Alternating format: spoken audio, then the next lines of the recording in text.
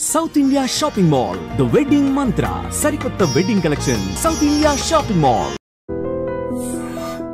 మీరిచ్చే స్మైల్కి మా పెయిన్ అంతా ఒక్కసారి అలా తగ్గిపోతుంది మాకైతే మాత్రం. అంతే కదా, that's what I do. Practice చేయను, నవ్వుతా.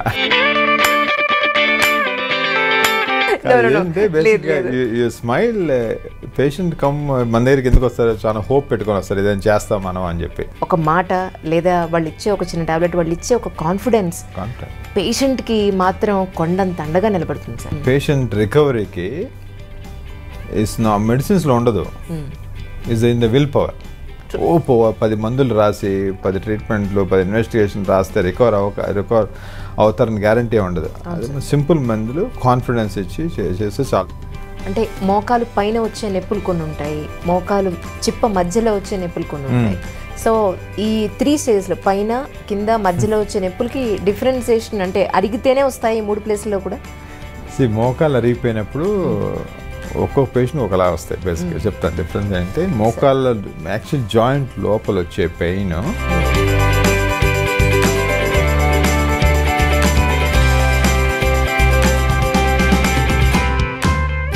బాగా ఫిజికల్ చేసినప్పుడు బాగా గట్టిగా బలంగా ఉంటారు కదా. సో అంటే బోన్ స్ట్రాంగ్, ఎందుకు ఫిజికల్ యాక్టివిటీ వల్ల బోన్ స్ట్రాంగ్ అయితే. ఈరోజు చదువుకునే పిల్లలు కానీ ఎంప్లాయీస్ కానీ నెక్ పెయిన్ అనేది చాలా కామన్గా చూస్తున్నాం. మేబీ మీ దగ్గరికి చాలా మంది వచ్చే ఉంటారు. సో దీనికి మెయిన్ రీజన్ ఏమై ఉంటుందంటారు? సో ఆఫీస్లో ఏం చేస్తారు, పొద్దున్న వెళ్తే ఒక చైర్ వేస్తారు, కూర్చుంటారు, మళ్ళీ సాయంకాలం మధ్యాహ్నం ఒకసారి వేస్తారు, మళ్ళీ ఈవినింగ్ ఇంటికి. సో కంటిన్యూస్గా కూర్చోవడం వల్ల బ్యాడ్ పోస్చర్లో బేసికలీ సెడెంటరీ జాబ్ మంది ఒకటే పొజిషన్లో కూర్చొని కదలకుండా పని చేసుకుంటే జాయింట్లు ఏమైతే అన్నీ పట్టేస్తాయి. సార్ 40 ఏళ్ళు దాటిన విమెన్కి కానీ మెన్కి కానీ బోన్ స్ట్రెంగ్త్ కోసం మీరు ఏం చెప్తారు? ఇంపార్టెంట్ బోన్ స్ట్రెంగ్త్కి ఏం కావాలి, కాల్షియం కావాలా. సో కాల్షియం సోర్స్ ఎక్కడి నుంచి వస్తుంది, పాలు, పెరుగు, చీజు, పన్నీరు ఇలాంటి వాటిలో నుంచి. ఇంకా బెటర్ ఏంటి, అన్నిటికన్నా బెటర్ ఏంటి రాగి. అంటే మీరు అబ్రాడ్ నుంచి వచ్చిన తర్వాత అపోలోని సెలెక్ట్ చేసుకోవడానికి వై అపోలో అంటే ఏం చెప్తారు? అలా చాలామంది వచ్చారు కానీ నేను అపోలో చూజ్ చేసుకున్నా. టూ కాంట్రవర్షియల్ టు ఆన్సర్, కానీ జనరల్గా అపోలో బాగుంటే నేను ఉంటాను, అపోలో బాగోకపోతే నేనే ఫస్ట్ పర్సన్ బయటికి వెళ్ళిపోవడానికి. మనకు కావాల్సిన సపోర్ట్ లేకపోతే, పేషెంట్ కేర్ వైజ్ లేకపోతే నేనైనా ఇలాగ ఇంకో హాస్పిటల్ చూసుకుంటాను. హాస్పిటల్ ఏం చేస్తుందంటే, ఇది interesting. So lot of times ఏంటి,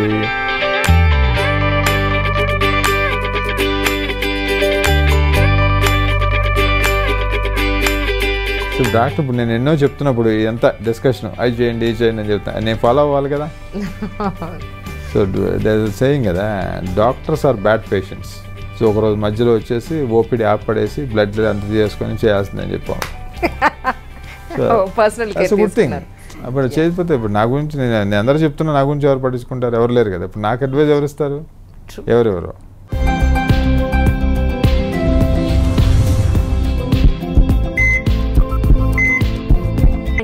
ఈనాడు దిల్సే విత్ మీ అంజలిలో నా స్పెషల్ గెస్ట్ ఎవరు అంటే డాక్టర్ ప్రభాత్ లక్రెడ్డి గారు, senior consultant orthopaedic surgeon in Apollo hospitals. Sir నమస్కారం అండి. నమస్తే. So nice to see you sir. Nice meeting you sir. Patients నేను చాలాసార్లు మీ దగ్గరికి వచ్చినప్పుడు మీ క్యాబిన్లోకి వచ్చి మీ ముందు కూర్చున్న వెంటనే మీ స్మైల్ చూసి వాళ్ళ పెయిన్ మర్చిపోతారేమో అనిపిస్తుంది నాకైతే. నేను మా పిల్లలు అయితే మాత్రం మీరు ఇచ్చే స్మైల్కి మా పెయిన్ అంతా ఒక్కసారి అలా తగ్గిపోతుంది మాకైతే మాత్రం. అంతే కదా, that's what I do. Practice చేయను, నవ్వుతా. స్మైల్ పేషెంట్ కమ్ మన దగ్గరికి ఎందుకు వస్తారు, చాలా హోప్ పెట్టుకొని వస్తారు, ఇదేం చేస్తాం మనం అని చెప్పి. సో ఫస్ట్ థింగ్, ఇప్పుడు బాగా రిసీవ్ చేసుకుని ఒక స్మైల్ ఇచ్చి కూర్చోబెడితే 50% తగ్గిపోయి ఉంటుంది. We're in the right hands, మన కరెక్ట్ పర్సన్తో ఉన్నాం అన్న ఫీలింగ్ వస్తే చాలు మనకు. అది next thing, next almost treatment అంతా చాలా ఈజీ అయిపోద్ది. నేనేం చెప్పినా they believe me. So that goes a smooth relation out start అయింది అప్పటి నుంచి. 7 years బ్యాక్ సార్, నాకు ఈ రోజుకి గుర్తు, నాకు C4 C5 ప్రాబ్లంకి మీ దగ్గరికి, L4 L5 ప్రాబ్లం మీ దగ్గరికి వచ్చినప్పుడు కాలర్ వేసుకుని వచ్చాను మీ దగ్గరికి, గుర్తుందో లేదు. ఫస్ట్ ఆ కాలర్ తీసేయండి మీరు అన్నారు మీరు. సో ఎలారో బాబు కాలర్ తీసేయమంటున్నారు, పెయిన్ తట్టుకోగలనా లేదా అనుకున్నాను. కానీ సార్ మీరు నమ్మరు, మీకు ఏమీ లేదండి అని మీరు ఒక్క వర్డ్ ఇలా చెప్పగానే ఆ రోజు నుంచి నేను ఈ రోజు వరకు ఈ 7 yearsలో నేను ఎప్పుడూ కాలర్ వేసుకోలేదు. మళ్ళీ రియలీ కొన్ని కొన్ని మాత్రం డాక్టర్స్ ఒక మాట లేదా వాళ్ళు ఇచ్చే ఒక చిన్న టాబ్లెట్, వాళ్ళు ఇచ్చే ఒక కాన్ఫిడెన్స్ పేషెంట్కి మాత్రం కొండంత అండగా నిలబడుతుంది sir. Majority of the time ఎక్కువసార్లు ఏంటంటే పేషెంట్ రికవరీకి ఇస్ నా మెడిసిన్స్లో ఉండదు, is in the will power of the patient to recover. So మనం కాన్ఫిడెన్స్ ఇచ్చాం అనుకో, పేషెంట్ ఏమీ లేదు నీకు ప్రాబ్లం మేజర్గా ఉన్నా కూడా నీకు ఏమీ లేదు, నీకు ఈ మందులు వాడు, ఏం చేయి, నీకు 100% నార్మల్ అయిపోద్ది అని చెప్తే నార్మల్ కాన్ఫిడెన్స్ వచ్చేస్తుంది వాళ్ళకి, నిజంగా తగ్గిపోద్ది. వాళ్ళు అలాంటి పేషెంట్ మనం కాన్ఫిడెన్స్ ఇచ్చిన తర్వాత మనం సింపుల్ మందులు పెట్టినా కూడా ఎక్స్ట్రీమ్లీ బాగా పనిచేస్తుంది వాళ్ళకి. 10 మందులు రాసి 10 ట్రీట్మెంట్లు 10 ఇన్వెస్టిగేషన్ రాస్తే రికవర్ అవుతారని గ్యారంటీ ఉండదు. సింపుల్ మందులు కాన్ఫిడెన్స్ ఇచ్చి చేస్తే చాలు మనకు. అవును సార్.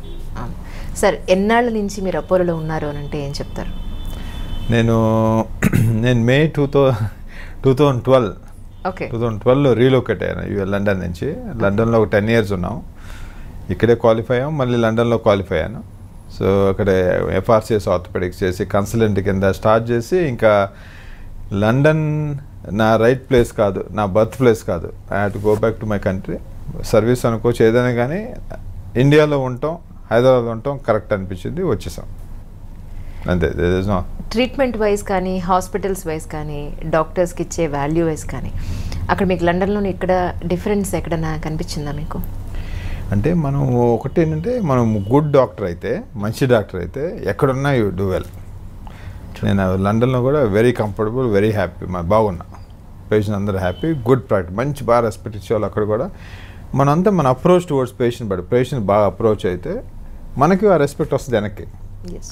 సో ఇండియాకి వచ్చింది అది గొప్పతనం ఏంటంటే, అక్కడ ఏంటంటే అక్కడ కూర్చొని ఈ కాన్వర్జేషన్, ఇప్పుడు మన అందరూ కాన్వర్జేషన్ నడుస్తుంది, అక్కడ రిలేషన్ ఏంటంటే ఆ 10 minutes రిలేషను. బయటికి వెళ్ళిన తర్వాత పేషెంట్ వేరే, నేను వేరే.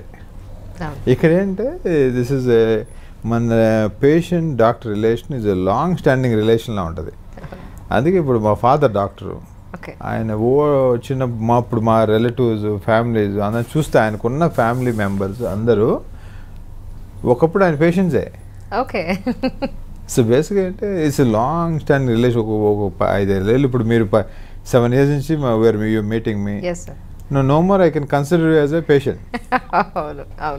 So become part of a friend or a family member laga we treat. Correct. That will continue forever. True. Adi major difference between మన వెస్టర్న్ మెడిసిన్కి ఇండియన్ మెడిసిన్కి. ఎగ్జాక్ట్లీ ఒక బాండింగ్ అనేది బాండింగ్ ఉంటుంది, ఎక్సలెంట్ బాండింగ్, అదే confidence మనకి. So holidays 10 రోజులు ఉందనుకో, ఎప్పుడు హాస్పిటల్కి వెళ్ళిపోదామని చూస్తూ ఉంటాం. సార్, స్టార్టింగ్లో మీరు కొత్తగా సర్జరీస్ చేసిన డేస్కి ఇప్పటికీ సర్జికల్ మీ ప్రాక్టీస్లో కానీ లేదంటే సర్జికల్ ఇన్స్ట్రుమెంట్లో కానీ చేసే విధానంలో కానీ చాలా మార్పులు వచ్చాయని చెప్పుకోవచ్చు. అవును. సో మేజర్గా ఏంటి అని అంటే ఏం చెప్తారు అప్పటికి ఇప్పటికి? ఇప్పుడు లాస్ట్ 20-30 years నుంచి మనకి మెడికల్ స్పెషాలిటీలో, ఆర్థోపెడిక్కే కాదు, మెడికల్ స్పెషాలిటీ, సర్జికల్ స్పెషాలిటీలో ఎనార్మస్ చెప్పలేనంత డెవలప్మెంట్, ఇన్నోవేషన్ వచ్చేస్తుంది. ఇప్పుడు ఆర్థోపెడిక్ వైజ్ మేజర్ ఇన్నోవేషన్ చూసుకుంటే, ఇప్పుడు సర్జరీలు అన్నీ చిన్న అయిపోతున్నాయి. ఇప్పుడు అప్పుడు అన్నీ ఓపెన్ సర్జరీలు చేసేది, ఇప్పుడు అన్నీ కీహోల్ సర్జరీలు అయిపోతున్నాయి. అప్పుడు ప్రతి జాయింట్ అరిగిపోయిన ప్రతి పేషెంట్కి జాయింట్ రిప్లేస్మెంట్ అనేది. ఇప్పుడు జాయింట్ రిప్లేస్మెంట్ ప్రివెంట్ చేయడానికి ట్రీట్మెంట్ వచ్చేసినాయి. అసలు జాయింట్ రిప్లేస్మెంట్ దాకా వెళ్లకుండా ఆపేగల ట్రీట్మెంట్ వచ్చేసినాయి. Excellent, unbelievable. కాకపోతే అంటే ఇప్పుడు ఈ న్యూ ట్రీట్మెంట్స్ని మనం పేషెంట్కి అవేర్నెస్ క్రియేట్ చేయాలి. అవేర్నెస్ క్రియేట్ చేయకపోతే ఏమైందంటే ఎంతసేపు స్టాండర్డ్ ఆపరేషన్కి వెళ్ళిపోతారు. ఇప్పుడు కొందరు సర్జన్స్ ఉన్నారు, పాపులర్ సర్జన్ సిటీలో, వాళ్ళు ఏం చెప్తారు, జాయింట్ రిప్లేస్మెంట్ ఎర్లీ స్టేజ్లో ఉన్న పేషెంట్కి సింపుల్ ట్రీట్మెంట్స్ చేయకుండా జాయింట్ రిప్లేస్మెంట్ అనేస్తారు. Exactly sir. సో దాంతో ఏమవుతుందంటే మనకి పేషెంట్లో ఒకలాంటి ఫియర్, డాక్టర్ అంటే భయం, సర్జరీ చేస్తారు అని చెప్పి, అది తప్పు. సో అది ఇంపార్టెంట్ థింగ్ అంటే ఫస్ట్ మన పేషెంట్ కాన్ఫిడెన్స్ బిల్డ్ చేసుకోవాలా, ప్లస్ ఇన్నోవేటివ్ ట్రీట్మెంట్స్ ఏమున్నాయో చాలా ఉన్నాయి, ఇన్నోవేటివ్ ట్రీట్మెంట్స్. అందుకని ఇప్పుడు గూగులింగ్ ఇవన్నీ చేస్తే మనకి ఎన్ని ట్రీట్మెంట్ తెలుస్తాయి. పేషెంట్ నీ రీప్లేస్మెంట్ కాకుండా ఆల్టర్నేటివ్ ట్రీట్మెంట్స్ చాలా ఉన్నాయి. అదొకటి. ఇంకోటి అంటే ఇప్పుడు ఈ ఇన్నోవేషన్స్ మీద పేషెంట్స్కి అవేర్నెస్ లేక ఒకటి. రెండోది ఇన్నోవేషన్స్ ఉన్నా కూడా స్టాండర్డ్ ఓపెన్ ఆపరేషన్ చేస్తూ దీనివల్ల అంటే పేషెంట్లో ఒక ఫియర్ క్రియేట్ అయిపోయింది. డాక్టర్ దగ్గరికి వెళ్తే సర్జరీ చెప్పేస్తాడు, డాక్టర్ దగ్గరికి వెళ్తే ఓపెన్ చేస్తాడు. అందుకనే ఎగ్జాక్ట్ ఈ రీజన్ వల్ల హోమియోపతి అండ్ ఆయుర్వేదిక్ ట్రీట్మెంట్స్ పెరిగిపోయినాయి. అది పని చేసినా పని చేయకపోయినా, ఎగ్జాక్ట్ మీరు పని చేసినా పని చేయకపోయినా వీళ్ళ దగ్గరికి వెళ్ళి సర్జరీ అని చెప్తారు. నేను మా వాళ్ళు ఎవరు హోమియో దగ్గర తెచ్చుకున్నారు వాళ్ళ దగ్గరికి వెళ్ళిపోతాం. అది యాక్చువల్లీ ఇన్ఫ్యాక్ట్ సర్జరీకి అయ్యే కాస్ట్ కన్నా హోమియోలో ఆయుర్వేదంలో ఎక్కువ ఖర్చు పెడతారు, స్ట్రగుల్ అవుతారు. సో దానికన్నా బెటర్ ఏంటంటే వచ్చిన పేషెంట్కి ఏంటి ఇప్పుడు రాంగ్ పేషెంట్ వస్తాడు, వీడు సర్జరీ ఆఫర్ చేయకూడదు, అదర్ ట్రీట్మెంట్స్ ఆఫర్ చేయాలి. మోకాల్ ప్రైన్ ఉంది, ఇంజెక్షన్ ఆఫర్ చేయాలి, మెడిసిన్స్ పెట్టాలా, కీహోల్ సర్జరీ ఆఫర్ చేయాలా, స్టెమ్ సెల్ ట్రీట్మెంట్స్ ఆఫర్ చేయాలా, రకరకాల ట్రీట్మెంట్లు ఆఫర్ చేస్తే మనం జాయింట్ రిప్లేస్మెంట్ అనేది ప్రివెంట్ చేయొచ్చు. కొందరేమో తెలియక పాపం ఎన్ని ఇయర్స్ ఆన్ ఇయర్ తెలియక టైం వేస్ట్ అయిపోయి కంప్లీట్గా పాడైపోయిన తర్వాత వస్తుంది మోకాలు. అప్పుడు అఫ్కోర్స్ మనకేం ఆప్షన్లు ఉండవు జాయింట్ రిప్లేస్మెంట్. కానీ ఆప్షన్లు లేకుండా వచ్చే వాళ్ళు తక్కువ మంది ఉంటారు. సో పేషెంట్స్ కానీ ఎర్లీ స్టేజ్లో రాగలిగితే మంచి ఆప్షన్స్ ఉన్నాయి ట్రీట్మెంట్స్. సార్ ఇప్పుడు జాయింట్ రీప్లేస్మెంట్కి వచ్చేస్తుంది, జాయింట్ అంతా పాడైపోయింది అని ఒక మామూలు మనిషి అర్థం చేసుకునే విధానంలో అర్థం కావాలి అని అంటే కనుక ఇనీషియల్ స్టేజ్ అంటే సిమ్టమ్స్ ఏమైనా ఉంటాయా సార్ దానికి? కరెక్ట్. ఇనీషియల్ స్టేజ్ జాయింట్ అరుగుదల అనేది జబ్బు కాదు. అరుగుదల అనేది వయసుతో మన వయసు ఎట్లా పెరుగుతుంటే మన బాడీలో మార్పులు ఎట్లా వస్తాయో అట్లాగే జాయింట్లో కూడా మార్పులు వస్తాయి. దాన్నే వేర్ అండ్ టేర్ అంటాం కదా. అరుగుదల ఖచ్చితంగా మనం ఏమి చేసినా చేయకపోయినా అరగాల్సిందే అని జాయింట్లు.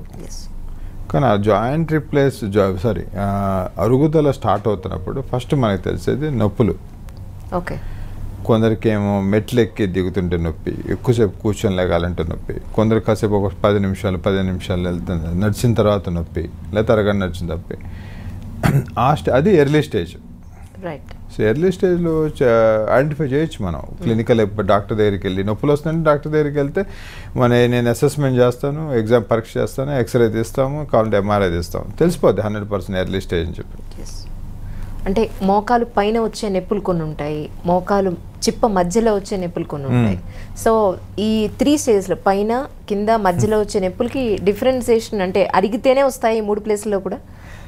మోకాలు అరిగిపోయినప్పుడు ఒక్కొక్క పేషెంట్ ఒకలా వస్తాయి. బేసిక్గా చెప్తాను డిఫరెన్స్ అంటే మోకాళ్ళ యాక్చువల్ జాయింట్ లోపల వచ్చే పెయిన్ కార్ట్లేజ్ డ్యామేజ్ అవటం వల్ల ఎముక రుద్దుకోవటం వల్ల వచ్చే పెయిన్ అది. అది కొందరికి ఓన్లీ మోకాల్లోనే ఉంటుంది, ఇంకెక్కడ ఉండదు. కొందరు ఏం చేస్తారంటే ఈ నొప్పులు వచ్చినప్పుడు తెలియకుండా సబ్కాన్షియస్గా కాళ్ళను కొద్ది బిగుసుకొని నడుస్తారు, స్టిఫ్గా పెట్టుకొని నడుస్తారు. స్టిఫ్గా పెట్టుకున్నప్పుడు అప్పుడు ఎక్కడ వస్తాయి నొప్పులు? మోకాల్లో రావు, పిక్కల్లో వస్తాయి, తొడల్లో వస్తాయి. Same problem same. కానీ మనం ఏం చేస్తాం, నొప్పులు ఉంది కాబట్టి ఇట్లా చేస్తే నొప్పులు నాకు ఉండవు కాబట్టి అట్లా నడుస్తాము, నొప్పులు తగ్గితే కానీ వేరే దగ్గర పెయిన్లు వస్తాయి. కొన్నిసార్లు మోకాల నొప్పి మోకాలు వెనకాల తొడల వెనకాల ఉండే నొప్పి కొన్నిసార్లు నడుము నుంచి కూడా ఉంటుంది. అందుకని ఎప్పుడు మోకాళ్ళ నొప్పి వచ్చిన ప్రతి పేషెంట్కి తొంటి పరీక్ష చేయాలా, నడుము పరీక్ష చేయాలా. పరీక్ష చేస్తే తెలిసిపోతుంది తొంటి నుంచి వస్తుందా నొప్పి లేకపోతే మోకాల నుంచి వస్తుందా అని చెప్పి. డిఫరెన్షియేట్ చేయడం చాలా ఈజీ. సార్ ఇప్పుడు అంటే చాలామంది అనేది ఏంటి అని అంటే ఇప్పుడు మోకాళ్ళ నొప్పులు వచ్చినప్పుడు ఏదో కాల్షియం తగ్గిందనో లేకపోతే D3 తగ్గిందనో కొంత వాళ్ళు ఓన్గా టాబ్లెట్స్ వేసుకోవడం అనేది మనం కొంచెం చూస్తుంటాం. సో అలా వేసుకోవడం ఎంతవరకు టాలరేట్ చేయొచ్చు అంటారు యాజ్ అ డాక్టర్? ఇప్పుడు జనరల్గా నేను ఫుడ్ సప్లిమెంట్లు ఏమి తీసుకోను. సో ఎందుకంటే మనం నార్మల్గా ఈ వయసులో ఉన్నప్పుడు అంటే జెంట్స్ల వయసు అంటే నార్మల్గా 50 లోపు అనుకుందాం. 35 ఫస్ట్ బ్యారియర్ మనకి లైఫ్లో 35 ఇయర్స్. 35 ఇయర్స్ వరకు మనం బాడీని ఎంత మిస్యూజ్ చేసినా ఇట్ విల్ రికవర్. 35 ఇయర్స్ అందుకే best sports person, best cricketers, peak age అది 35 సంవత్సరాలు. 30 తర్వాత అందరూ రిటైర్ అవ్వటం, స్పోర్ట్స్ వాళ్ళు అయిపోతాం. సో బేసికల్ 35 తర్వాత మనది ఓన్లీ ఒకటే సైడ్ డౌన్ హిల్లే. సో 35 తర్వాత చేయాల్సింది మెయింటైనింగ్ ద హెల్త్. హెల్త్ని ఆరోగ్యంగా కాపాడుకోవాలి. సో ఆరోగ్యం కాపాడుకోవాలంటే ఏం చేయాలి? రెగ్యులర్ ఎక్సర్సైజ్లు, good balanced diet. Balance diet అంటే ఇప్పుడు ఏముంది, ఇప్పుడు 35 దాటిన తర్వాత నెక్స్ట్ వచ్చినట్టు బిర్యానీలు అవి తినలేను, కంట్రోల్ చేసుకోవాలి ఎంతైనా. మనం రోజు 2 పూటల చికెన్, 3 పూటల చికెన్ తింటూ ఎక్సెసివ్ కార్బోహైడ్రేట్స్ తింటే డెఫినెట్గా హెల్త్ పాడైపోతాయి. సో బ్యాలెన్స్డ్ డైట్ తీసుకుంటే దాంట్లో కావాల్సిన కాల్షియం వస్తుంది, అన్ని మినరల్స్ వస్తాయి, వైటమిన్స్ వస్తాయి, ఇంకా సప్లిమెంట్ ఎందుకు. ఇవి కాకుండా మనకి జనరల్గా ఇప్పుడు కామన్గా చూసే ట్రెండ్ అంటే వైటమిన్ డి డెఫిషియన్సీలు, B12 డెఫిషియన్సీలు. B12 అనేది యూజువల్గా వెజిటేరియన్స్లో కామన్ కాబట్టి నాన్ వెజిటేరియన్ ఎక్కువ B12 సోర్సు. వెజిటేరియన్ సోర్సెస్ కూడా ఉన్నాయి, కానీ వెజిటేరియన్స్లో B12 డెఫిషియన్సీ ఎక్కువ. వైటమిన్ D3 అనేది సన్లైట్ నుంచి వస్తుంది. సో సన్లైట్కి ఎక్స్పోజ్ అయితేనే వైటమిన్ D3 స్కిన్లో కన్వర్ట్ అయ్యి వైటమిన్ D3 తయారు. దానికి ఇప్పుడు గవర్నమెంట్ మనం తాగే పాలు ఉన్నాయి, బయట కొనుక్కుంటా పాలు, ఆ పాలలో వాళ్ళు చాలా వరకు అన్నింటిలో ఫోర్టిఫై చేస్తుంటారు, యాడ్ చేస్తుంటారు విటమిన్ డి. సో సప్లిమెంట్ వస్తుంది. కాకపోతే విటమిన్ ప్లస్ ఇండోర్ జాబులు, ఇప్పుడు నేను పొద్దు నుంచి రాత్రి వరకు హాస్పిటల్ లోపలే కూర్చుంటా, క్లోజ్ డోర్ మధ్యలో. సో వైటమిన్ డెఫిషియన్సీ నాకు కూడా వస్తుంది. సో అలాంటి వాళ్ళు అంటే ఇయర్లీ ఒకసారి వైటమిన్ డి టెస్ట్ చేయించుకోవటం, ఇలా ఒకసారి చేయించుకొని దాని వాల్యూస్ బట్టి వైటమిన్ డి సప్లిమెంట్ ఒకటే తీసుకోవాలి. నేను రికమెండ్ చేస్తే వైటమిన్ డి, ఇంకే సప్లిమెంట్లు అవసరం. రైట్. ఉమెన్కి లేడీస్ తీసుకుంటే కొద్దిగా డిఫరెంట్ సినారియో. వాళ్ళకి మీనోపాజ్ అనుకుని బాడీలో హార్మోనల్ చేంజెస్ ఉంటాయి వాళ్ళకి రెగ్యులర్గా. ఉమెన్కి 45 తర్వాత మీనోపాజ్ అయితే, మీనోపాజ్ అంటే పీరియడ్స్ అయిపోతుంది. పీరియడ్స్ అయిపోయిన తర్వాత ఏమైంది, హార్మోన్స్ మారిపోయి అప్పటి నుంచి బోన్స్ లోపటి నుంచి కాల్షియం కంటెంట్ తగ్గుతూ ఉంటుంది. రైట్. Hormone changes. సో వాళ్ళకి మాత్రం ఏం చేయాలంటే ఒక 2 years పట్టిద్ది యాక్చువల్గా బోన్ వీక్నెస్ స్టార్ట్ అవ్వాలంటే. సో ఉమెన్కి 40 మీనోపాజ్ అయిన 2 ఏళ్ల తర్వాత లేకపోతే 2 ఏళ్ళలోపు ఒకసారి డెక్సా స్కాన్ అంట, బోన్ డెన్సిటీ టెస్ట్ అనేది చేయించుకుంటే దాంట్లో వాల్యూస్ బట్టి డిసైడ్ చేయొచ్చు మనం అప్పుడు సప్లిమెంట్ స్టార్ట్ చేయాలి లేదని చెప్పి.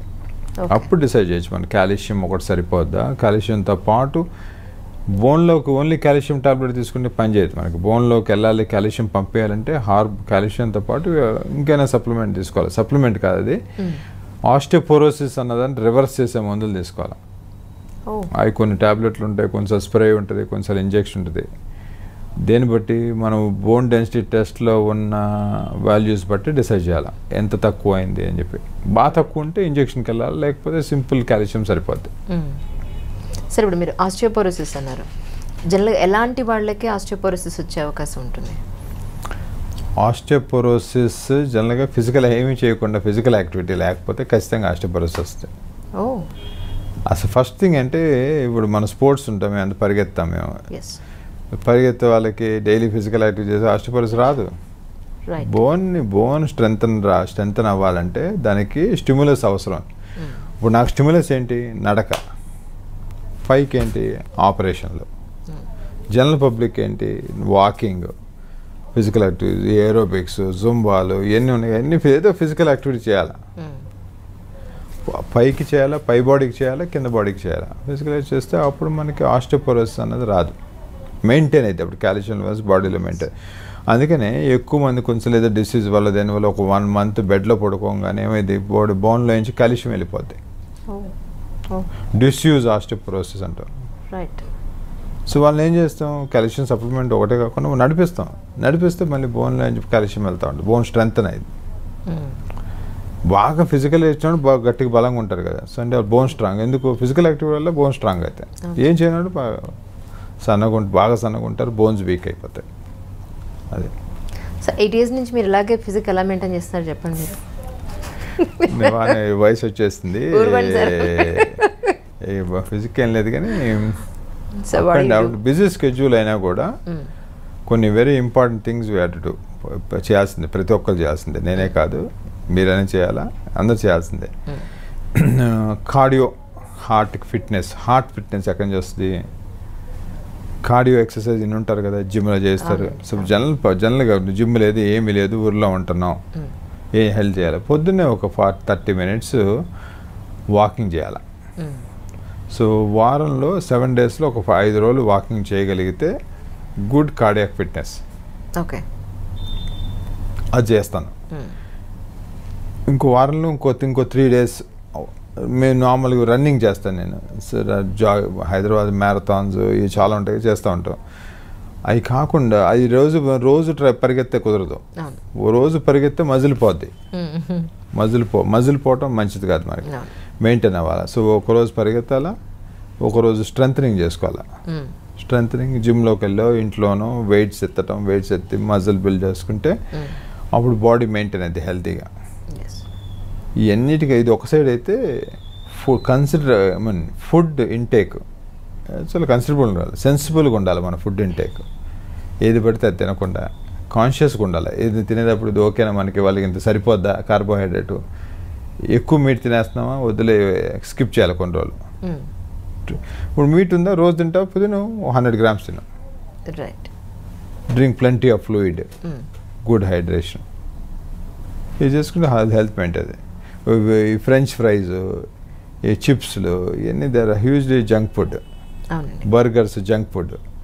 You can eat burger, eat only once a month or twice a month. French fries తినచ్చు, పొటాటో వెజ్జెస్ అలాంటివి తినచ్చు. అవి కూడా వెరీ లిమిటెడ్ తినాలి. నేను ఆయిల్ ఫ్రైడ్ పొటాటోలో ఏమి ఉండదు, ఓన్లీ 100% కార్బోహైడ్రేట్. కార్బోహైడ్రేట్ తిని మనం ఎక్సర్సైజ్ చేయకపోతే అంతా ఫ్యాట్ అవుతుంది, ఫ్యాట్ కింద కన్వర్ట్ అయిపోతుంది. Unhealthy food. సో పొద్దున్న లేస్తే ఆలు అనేవాళ్ళు ఒకసారి ఆలోచించుకోవాలి. ఆలు సో వెరీ బ్యాడ్, ఓన్లీ ఆలు తినకూడదు. సరే, అలాగే carbohydrate, protein and fat equal good కాంబినేషన్లో ఉండాలి. ఫ్యాట్ కంటెంట్ మినిమం ఉండాలి, బెటర్. కానీ ఫ్యాట్ మనకు అవసరం, సో మినిమల్ 10-20%. కార్బోహైడ్రేట్ 50-60%, 40% అట్లా ప్రోటీను. సో అన్నీ there all should be in equal ప్రపోర్షన్స్లో ఉండాలి. ఫ్యాట్ మాత్రం డెఫినెట్గా తక్కువ ఉండాలి. ప్రోటీన్ ఎక్కువ తిన్నా కూడా బాడీ కన్వర్ట్ చేయలేదు, ప్రోటీన్ని కొవ్వు కింద కన్వర్ట్ అవ్వదు.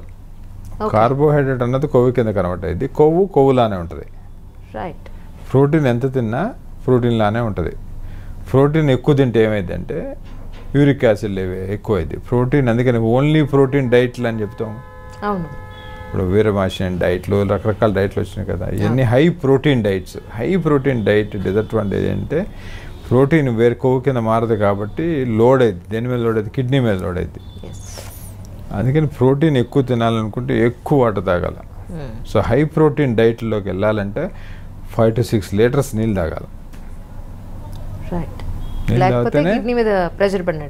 పెరిగిద్ది. లోడ్ పెరిగితే ఈ ప్రోటీన్ బ్రేక్ డౌన్ అన్నప్పుడు by product uric acid. Uric acid బాడీలో పెరిగింది. యూరిక్ యాసిడ్ పెరిగితే హై యూరిక్ యాసిడ్ వస్తే గుండె ప్రాబ్లం వస్తుంది, కొలెస్ట్రాల్ పెరిగిద్ది. యూరిక్ యాసిడ్ పెరిగితే ఓన్లీ యూరిక్ యాసిడ్ అనుకుంటే జాయింట్ పెయిన్ వస్తుంది అనుకుంటారు. కాదు, ఇట్ హ్యాస్ అదర్ రీజన్స్ కూడా ఉంటాయి, అదర్ ప్రాబ్లమ్స్ దానివల్ల, యూరిక్ యాసిడ్ వల్ల. సో దీన్ని బట్టి సమపాళ్లలో అనేది చాలా అవసరం బాడీకి కదండి. సరే, అలాగే ఎదిగే పిల్లల్లో, చదువుకునే పిల్లల్లో బోన్ స్ట్రాంగ్నెస్ కోసం మీరేం చెప్తారు? ఇప్పుడు మెజారిటీ ఆఫ్ ది ఎదిగే పిల్లలు అందరు స్కూల్కి వెళ్ళేవాళ్ళు. ఇప్పుడు మోస్ట్ ఆఫ్ ది స్కూల్ చూసుకుందాం, వాటి స్కూల్ బిల్డింగ్ కాంక్రీట్ జంగిల్ అయిపోయింది. స్కూల్ బిల్డింగ్ తప్ప గ్రౌండ్ ఉండదు. సో గ్రౌండ్లో ఇప్పుడు స్పోర్ట్స్ ఏం ఆడతారు? You need to play sports. ఆడితేనే కదా బోన్ స్ట్రాంగ్ అయ్యేది. ఏదో ఫిజికల్ యాక్టివిటీ ఉండాలి కిడ్స్, పిల్లలకి. ఫ్లోర్లు మెట్లు ఎక్కుతున్నారు కానీ జాయింట్ నొప్పులతో వస్తారు. కానీ యాక్చువల్గా ఫిజికల్ యాక్టివిటీ స్పోర్ట్స్ ఉండకపోతే is worst, bad.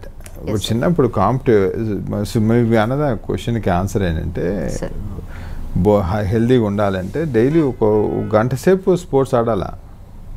Sports, run, ఏదో ఒకటి స్పోర్ట్స్, గేమ్స్, ఏదో సమ్ ఫిజికల్ యాక్టివిటీ ఉండాలా.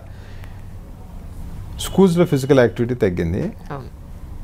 గంటకు కొన్ని స్కూల్స్ మాత్రమే, మంచి స్కూల్స్ మాత్రమే పెద్ద గ్రౌండ్ ఉండి స్పోర్ట్స్ ఎంకరేజ్ చేస్తున్నాయి. ఇప్పుడు పేరెంట్స్ కూడా స్పోర్ట్స్ మీద ఎవరికి ఇంట్రెస్ట్ ఉండదు, చదువుకుంటే చాలు అనుకుంటారు. అప్పుడు కాంపిటేటివ్ స్పిరిట్ అన్నది స్పోర్ట్స్ నుంచే వస్తుంది. ఎవరు అగ్రి అవ్వకపోయినా ఫ్యాక్ట్ ఏంటంటే కాంపిటేటివ్నెస్ వచ్చేది స్పోర్ట్స్లోనే. అవును సార్, కరెక్ట్. అది ఇప్పుడు అమెరికాకి వెళ్తారు వీళ్ళందరూ. అమెరికాకి వెళ్ళి ఎవరికి మంచి యూనివర్సిటీలో వస్తుంది, అన్నిట్లో ఏ గ్రేడ్ వచ్చినట్టుకు రాదు. Good grade, physical activity, social service అవి చేసే వాళ్ళకి వస్తుంది. బికాజ్ వాళ్ళకి చూసి ఆల్రౌండర్ చూస్తారు. So allrounder is ready for today's economic situation whatever it is. Only education academic అంటే యూ విల్ బికమ్, అప్పుడు ఏమవుతాం మనం ఇంకొకటి కింద పనిచేస్తాం అంతే. ఎంటర్ప్రినర్షిప్ డెవలప్ అవ్వదు. సో స్కూల్లో స్పోర్ట్స్ ఆడితే పిల్లలకి ఫ్యాంటాస్టిక్, ఏం సప్లిమెంట్ ఇవ్వకల్లా. మన పాలు పెరుగు తినరు పిల్లలు, కొందరు తినరు. ఉన్నప్పుడు లేనప్పుడు ఏంటంటే చూవబుల్ కాల్షియం ట్యాబ్లెట్లు వస్తాయి, నవిలేసాయి. అలాంటి రోజుకో ట్యాబ్లెట్ ఇస్తే నవ్వులు కాల్షియం కంటెంట్ వచ్చే పెరిగిపోద్ది. నేనంటే వైటమిన్ డి తక్కువ అవుతుంది. కాబట్టి జనరల్గా పిల్లలకి అడల్ట్ కన్నా ఒక సగం డోసు, వారానికి ఒక ట్యాబ్లెట్ చప్పున ఒక 4 వారాలు ఇస్తే వైటమిన్ D3 లెవెల్స్ వాళ్ళ బాడీ బ్రహ్మాండంగా హెల్దీగా ఉండిపోతారు. ఇంకేం అవసరం లేదు. సార్, ఈరోజు చదువుకునే పిల్లలు కానీ ఎంప్లాయీస్ కానీ నెక్ పెయిన్ అనేది చాలా కామన్గా చూస్తున్నాం. మేబీ మీ దగ్గరికి చాలా మంది వచ్చే ఉంటారు. సో దీనికి మెయిన్ రీజన్ ఏమై ఉంటుందంటారు? చదువుకునే పిల్లలలో కామన్ అంటే డెస్క్ మీద కూర్చోడం. మెడ నొప్పి, నడు నొప్పికి మేజర్ రీజన్ మన పాస్చర్. ఇప్పుడు నేను కూర్చున్నా, ఇది కూడా బ్యాడ్ పాస్చర్. వెనక్కి కూర్చోవాలా, స్ట్రైట్ కూర్చోవాలా. కూర్చుని అప్రైట్ కూర్చుంటే నెక్ పొజిషన్ మెయింటైన్ చేస్తే సగం మందికి బ్యాక్ పెయిన్, నెక్ పెయిన్ రాదు. ఆఫీస్ గోయింగ్, ఇప్పుడు ఐటీ, ఇప్పుడు ఎవరిని అడిగినా ఏం చేస్తామంటే ఐటీ అంటారు. సో ఐటీలో ఏం చేస్తారు, పొద్దున్నే పాపం 8:30కో 9:30కో రోజుకో 12 గంటలు 13 గంటలు ఆఫీస్లోనే స్పెండ్ చేస్తారు. సో ఆఫీస్లో ఏం చేస్తారు, పొద్దున్న వెళ్తే ఒక చైర్ వేస్తారు, కూర్చుంటారు, మళ్ళీ సాయంకాలం మధ్యాహ్నం ఒకసారి వేస్తారు, మళ్ళీ ఈవినింగ్ ఇంటికి. సో కంటిన్యూస్గా కూర్చోవటం వల్ల బ్యాడ్ పాస్చర్లో బేసికలీ సెడెంటరీ జాబ్ మంది. ఒకటే పొజిషన్లో కూర్చొని కదలకుండా పని చేసుకుంటే జాయింట్లు ఏమైతాయి, అన్నీ పట్టేస్తాయి. సో ల్యాప్టాప్లో మేము పనిచేస్తారు, తల ఉంచుకొని ల్యాప్టాప్ పని చేస్తే మెడ పట్టేస్తుంది, వంగి కూర్చుంటారు. ఇప్పుడు ఒకటే పొజిషన్లో కూర్చోవాలంటే ఎంతసేపు మనం స్ట్రైట్ కూర్చోదు. సో కూలబడిపోతాం, కూలబడంగా నడు నొప్పి వస్తుంది. మోకాల్ని వెనక్కి ఫోల్డ్ చేసి కూర్చుంటాం, మోకాలు నొప్పి వస్తుంది. షోల్డర్ పెయిన్, ల్యాప్టాప్ మీద పనిచేస్తారు సపోర్ట్ లేకుండా. సో ఇవన్నీ ఏంటి ఆఫీస్ ఎర్గానమిక్స్ అంటాం. అంటే study of work place, work surroundings. అంటే ఏ చైర్ మీద కూర్చుంటున్నాం, ల్యాప్టాపా డెస్క్టాపా, నీ చైర్ ఎట్లా ఉంది, పొజిషన్ ఏంటి అన్నీ. సో ఇదే main reasons. Most of the time ఏంటి బ్యాడ్ పాస్చరు అండ్ ల్యాక్ ఆఫ్ 13 గంటలు హాస్పిటల్లో, స్కూల్లో 13 గంటలు ఆఫీస్లో స్పెండ్ చేస్తే స్పోర్ట్స్కి కానీ మనం అనుకున్న కార్డియో ట్రైనింగ్ కానీ ఎప్పుడు ఉంది టైం, అసలు టైం ఉండదు. ఆ 13 గంటలు కాకుండా పొద్దున ఒక గంటన్నర జర్నీలో వెనక్కి గంట అంటే 16-17 అవర్స్ ఓన్లీ రోడ్డు ఆఫీసు లేకపోతే రోడ్డు మీద ఉంటున్నారు. ఉండేది ఇంట్లో ఉండేది 6 hours to 7 hours అయ్యి ఉండేది. ఇంకెప్పుడు ఉండదు వేరే చేయడానికి, టైం ఉండదు. అందుకే హెల్త్ స్పాయిల్ అయిపోతుంది. మా శనివారం ఓపీడీ చూస్తే ఫుల్ అంతా ఐటీ, విపరీతంగా ఐటీ. సో వాళ్ళందరికీ ఉండేది a common problems, neck pain, shoulder pain, back pain, knee pain. మిగతా రోజులు వచ్చేదంతా ఇంజురీస్ వల్ల వస్తారు అనుకో. పిల్లలేమో అసలు ఫిజికల్ యాక్టివిటీ పోయి శుభ్రంగా ఫోన్లో గేమ్లు ఆడుకుంటున్నారు. స్కూల్లో ఫిజికల్ యాక్టివిటీ అయితే ఇంట్లో ఏ గేమ్ ఆడుతాం అంటే ఐఎమ్ గుడ్ ఇన్ ఫుట్బాల్ అని కంప్యూటర్. సో మేజర్గా అయితే మంచి food, rest, at the same time కొంత ఎక్సర్సైజ్, కొంత పోస్చర్, అన్నీ ఇంపార్టెంట్. సార్ అలాగే ఇప్పుడు స్పైన్కి సంబంధించి ఏ చిన్న ప్రాబ్లం వచ్చినా కూడా సర్జరీ అంటే ఈ రోజుకి కూడా స్పైన్ సర్జరీ అంటే భయపడిపోయే వాళ్ళే 90% మంది. సో ఎలాంటి కండిషన్స్లో స్పైన్ సర్జరీకి వెళ్ళాల్సిన అవసరం ఉంటుందంటారు? జనరల్ స్పీకింగ్ స్పైన్ కొద్దిగా నా స్పెషాలిటీ కాదు, నేను తగ్గిస్తా ఉన్నా. బట్ స్పైన్ సర్జరీ ఏంటంటే అఫ్కోర్స్ నువ్వు స్పైన్ సర్జన్ దగ్గరికి వెళ్తే గుడ్ ఛాన్స్ ఏంటంటే ఆ సర్జరీ చేసేద్దాం అంటారు.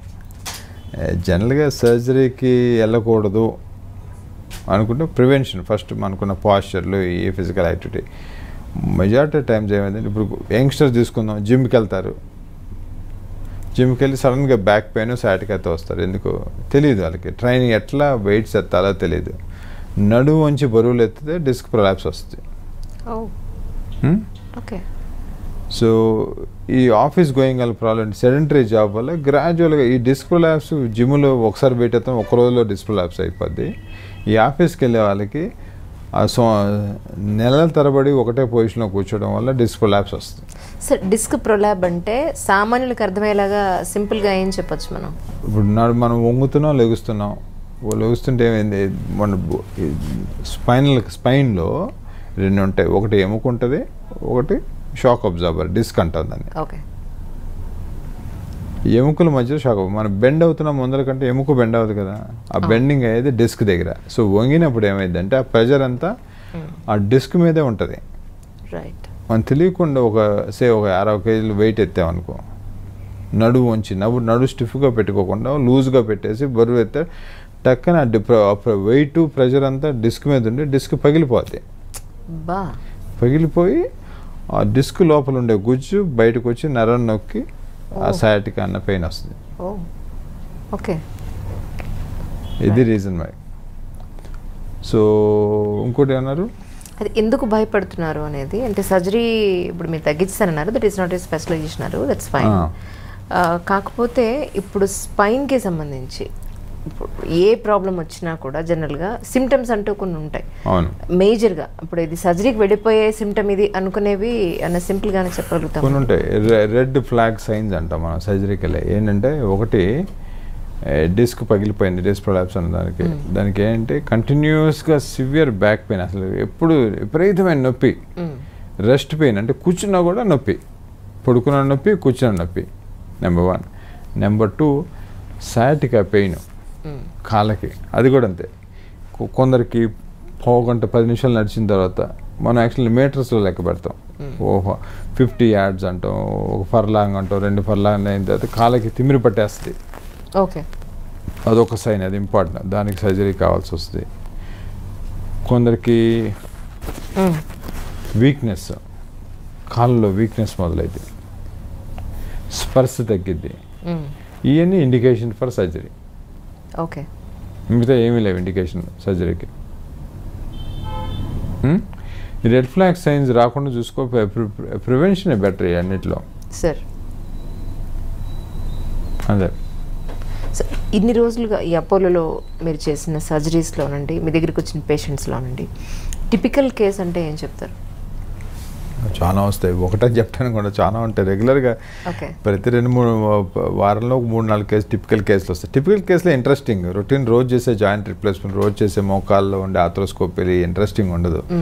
ఆ ఒక పేషెంట్ టిపికల్గా అంటే ఏ టిపికల్ అంటే నార్మల్ రొటీన్ కన్నా భిన్నంగా ఉండేవాళ్ళు. మీరు టిపికల్ అన్నా, నేను ఏ టిపికల్ అన్నా. వినండి పేషెంట్లు అంటే ఇంట్రెస్టింగ్ ఉంటాయి, చాలా మంది వస్తుంటారు మనకి పేషెంట్స్. కొందరికి బెస్ట్ ఏంటంటే ఒక 2-3 ఏళ్ళ నుంచి జాయింట్ తొంట్లో నొప్పి, మోకాల్లో నొప్పి తిరుగుతూ ఉంటారు ఆ హాస్పిటల్లో ఈ హాస్పిటల్లో తెలియకుండా. యాక్చువల్గా మనం చూసి శుభ్రంగా ఒక 10 నిమిషాలు స్పెండ్ చేసి ఎగ్జామిన్ చేస్తే 90% ఛాన్స్ డయాగ్నోజ్ చేసేయచ్చు. ఓకే.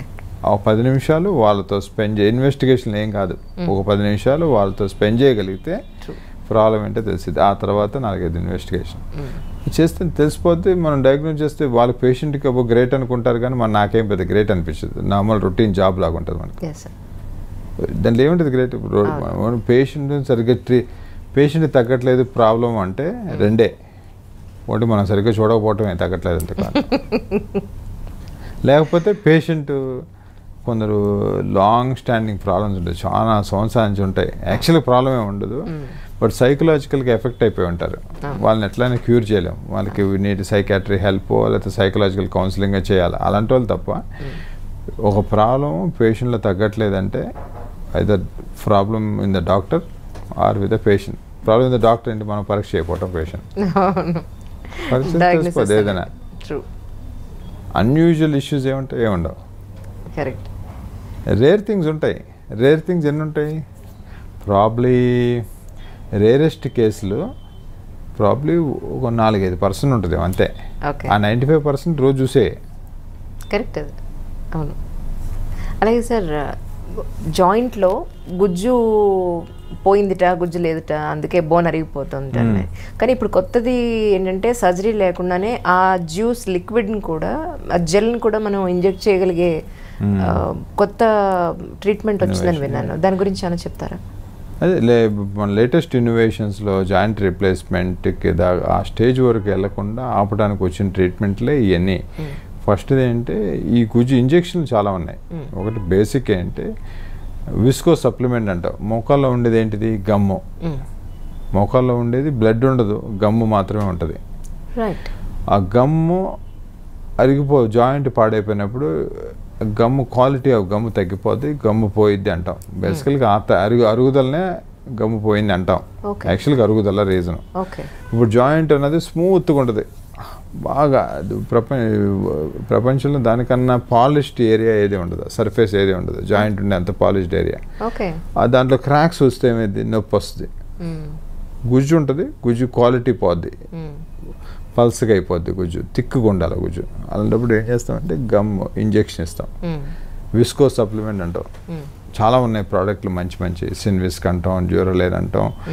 ఈ జాయింట్ ఇస్తే ఏమైందంటే ఆ పొగుల్లోకి ఈ గుజ్జు వెళ్ళి గమ్ వెళ్ళి ఉండిపోద్ది జాయింట్లోనే. ఒక 1 year వరకు ఉంటుంది. ఈలోపు ఏమైంది? ఆ పగుళ్ళు అన్నీ కొద్ది క్రాక్స్ అన్నీ సొంతగా రిపేర్ అవుతాయి. అదే number 1 visco supplement. Number 2 stem cell ట్రీట్మెంట్లు. స్టెమ్ సెల్ ట్రీట్మెంట్ రకరకాలు ఉన్నాయి. బేసిక్ స్టెమ్ సెల్ ట్రీట్మెంట్ ఏంటంటే పిఆర్పి, ప్లేట్లెట్ రిచ్ ప్లాస్మా అంట. పిఆర్పి ఇప్పుడు ఏ స్టేజ్కి వచ్చిందంటే ప్రాబ్లం ఏమంటే మంచి ప్రోడక్ట్ని ఇష్టం వచ్చినట్టు వాడితే బ్యాడ్ అయిపోద్ది, బ్యాడ్ పబ్లిసిటీ వస్తుంది దానికి. Same PRP wonderful product. మన జనరల్ పిఆర్పి సింపుల్ చెప్పాలంటే చేయి కట్ అయిందంటే బ్లీడింగ్ వస్తుంది, రక్తం వస్తుంది. కానీ ఏం చూడకుండానే అది మానిపోద్ది, యాంటీబయాటిక్ ఇవ్వకుండా ఏం లేకుండా అంత కంప్లీట్ మానిపోద్ది కదా. అవన్నీ అయ్యేది మన రక్తంలో ఉండే ప్లేట్లెట్స్ అన్న కణాల వల్ల. అయ్యే కణాలని ప్లేట్లెట్స్ని మనం కాన్సన్ట్రేట్ చేస్తాం. Platelet rich plasma. మన బాడీలో నార్మల్గా 2 నుంచి 4 లక్షలు ఉంటాయి. అలాంటి 6 to 7 times కాన్సన్ట్రేట్ చేస్తే మెషిన్ ద్వారా ఆ సెల్స్ని జాయింట్లోకి ఇంజెక్ట్ చేస్తే రిపేర్ ప్రాసెస్ స్టార్ట్ అవుతుంది. పిఆర్పి. ప్రాబ్లం ఏంటంటే లాస్ట్ స్టేజ్ ఉన్న లాస్ట్ స్టేజ్ అరిగిపోయిన వాళ్ళకి పిఆర్పి ఇచ్చామనుకో అది తగ్గదు. ఆ పేషెంట్ ఏం చేస్తారు? వెళ్ళి బ్యాడ్ పబ్లిసిటీ ఇస్తారు, పిఆర్పి అనేది శుద్ధ దండగా అని చెప్పి. సో మనం ఇండికేషన్ ఇంపార్టెంట్. ఏ పేషెంట్కి ఇస్తే పిఆర్పి పనిచేస్తే, ఏ పేషెంట్కి గమ్ ఇంజెక్షన్ ఇవ్వాలి అని చెప్పి. PRP next number 2. Number 3 bone marrow stem cells. మనకు పెద్ద అడల్ట్ అయిపోయిన తర్వాత అంటే 30 తర్వాత, 30 కాదు 20 తర్వాత బోన్ ఇంకెక్కడ బోన్ మ్యారో అంటే మూల కణాలు అనేది 2 చాట్లు ఉంటాయి. ఒకటి రిబ్ కేజ్, ఇక్కడ నుంచి బ్లడ్ తీయం, బోన్ మ్యారో తీయం. తొంటిలో, ఈ తొంటి అంటే పెల్విస్ బోన్. పెల్విస్ బోన్లో చాలా ఉంటాయి స్టెమ్ సెల్స్. సో అతను ఆ స్టెల్స్ తీసి మళ్ళీ సేమ్ కాన్సన్ట్రేట్ చేయాలి. మామూలు ఉడక తీసిన ప్లేస్ రక్తం కణం అన్నీ ఉంటాయి కదా, అన్నీ మనకు ఉపయోగపడవు గ్రోత్కి. దాన్ని సపరేట్ చేసి only bone marrow aspirate concentrate అంట. బోన్ మ్యారోని యాస్పిరేట్ చేసి దాన్ని కాన్సన్ట్రేట్ చేయగలిగితే 100 ml బోన్ మ్యారో తీసుకున్నాం అనుకో, 100 ml తీసుకుంటే మనకి దాంట్లో నుంచి 5-6 ml bone marrow aspirate concentrate అంతే వస్తుంది. మిగతా అంతా అంటే ఉపయోగపడని. దీంట్లో గ్రోత్ ముందలు ఇచ్చిన పిఆర్పిలో ఏం చేస్తుంది? అది గ్రోత్ ఫ్యాక్టర్స్ రిలీజ్ చేసి రిపేర్ మొదలెట్టింది.